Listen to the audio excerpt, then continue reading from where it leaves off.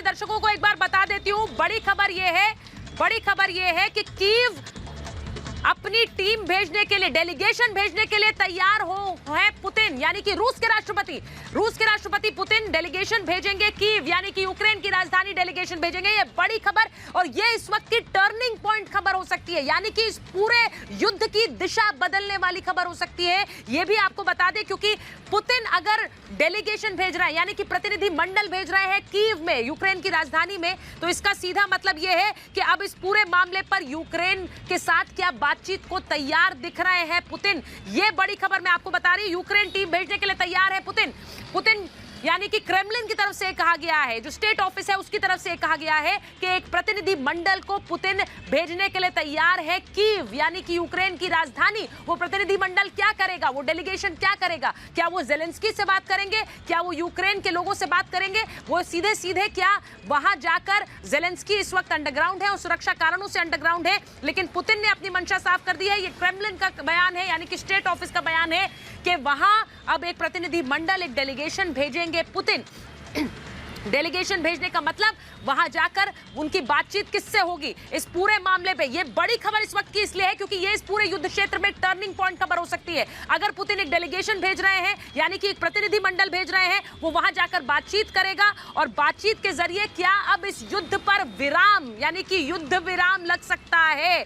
ये बड़ी खबर आपको बता रही हूं। जेलेंस्की से बातचीत, क्योंकि इससे पहले मैंने आपको बताया कि जेलेंस्की ने बातचीत की बात कही थी पुतिन से, पुतिन ने ऑफर ठुकरा दिया था। पुतिन ने साफ कहा था कि इस पूरे मामले पर कोई बातचीत नहीं होगी। पुतिन ने कहा था कि किसी तरह का कोई इंटरवेंशन नहीं होगा। पुतिन ने कहा था कि अब तो पहले कब्जा होगा, उसके बाद बात होगी। लेकिन राष्ट्रपति पुतिन किस तरह के माइंड गेम्स खेल रहे हैं, इसको भी समझिए। क्या चाह रहे हैं राष्ट्रपति पुतिन? पहले कहते हैं कि वो बातचीत नहीं करेंगे, अब वो एक डेलीगेशन भेज रहे हैं कीव, यानी कि यूक्रेन की राजधानी में वो भेज रहे हैं और वहां पर वो चाह रहे हैं कि अब बातचीत हो। इसका सीधा मतलब क्या ये है कि वहां पर एक डेलीगेशन भेजा जाएगा और वो वहां पर बातचीत करेगा। क्या जेलेंस्की और उनके मंत्रियों से बातचीत करेगा?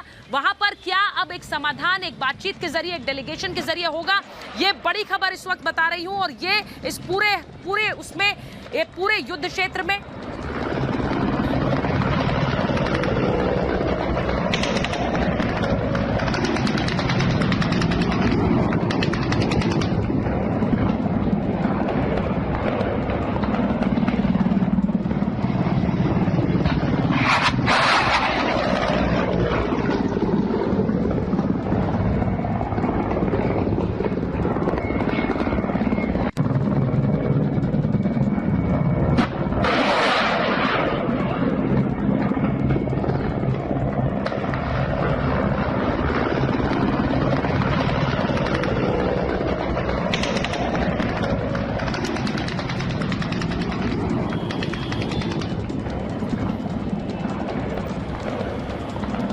रूस के हमले की नई तस्वीरें आपको लगातार दिखा रहे हैं कि रूसी सेना किस तरह से हमले कर रही है और अब ये बिल्कुल तय है कि कीव पर कब्जा होगा। रूस का कब्जा कीव पर, यानी कि यूक्रेन पर पूरी तरह से होगा।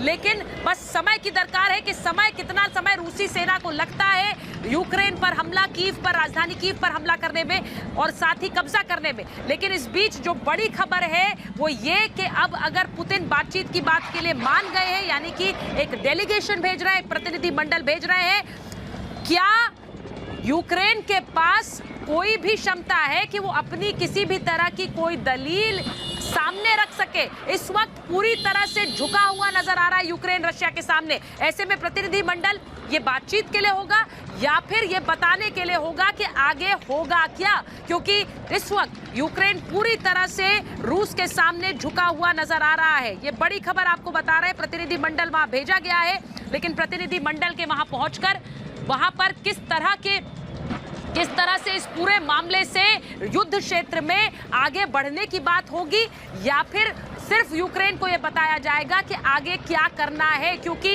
यूक्रेन इस स्थिति में नहीं है कि वो किसी भी तरह की किसी भी तरह की कोई पेशकश सामने रख सके, रशिया के, रूस के सामने किसी भी तरह की कोई पेशकश रख सके। ऐसे में ये बातचीत किस दिशा में होगी ये देखना होगा। रूस ने अपना प्रतिनिधि मंडल कीव भेजने के लिए रूस राजी हो गया है। ये बड़ी खबर आपको बता रही हूं। यूक्रेन से बात करने को तैयार हुए हैं रूस के राष्ट्रपति पुतिन। और ये जो तस्वीरें इस वक्त आप देख रहे हैं, ये तस्वीरें लगातार उस बमबारी की जो यूक्रेन पर कर रहा है रूस, उस बमबारी की जो लगातार रूस करके ये दिखा देना चाहता है कि उसके रास्ते में जो आएगा उसे हटाया जाएगा। यूक्रेन पर